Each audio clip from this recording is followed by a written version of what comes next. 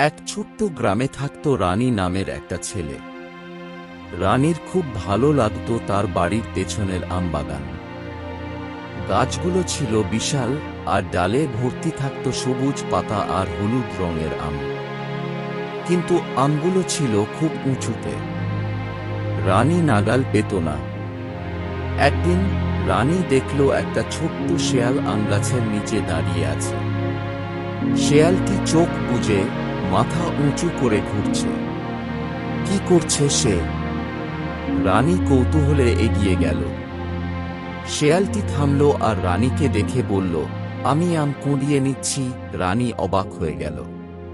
কি করে? আমি গান গাইছি।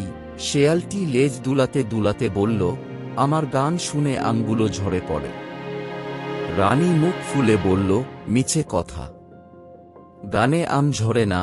কিন্তু মনে মনে ভাবল, একবার চেষ্টা করে দেখা যাক। রানী গলা ফাটিয়ে গান ধরল। সে গাইল ফুলের কথা, সূর্যের কথা আর গাছের কথা।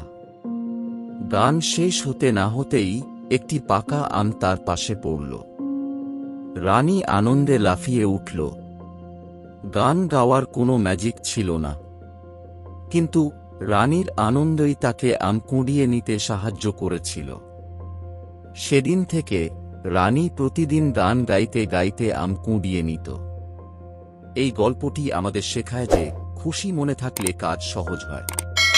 রানী মজা করে গান গাইছিল বলেই সে আম কুড়াতে পারল। তাই যে কোনো কাজ করার সময় খুশি থাকার চেষ্টা করো।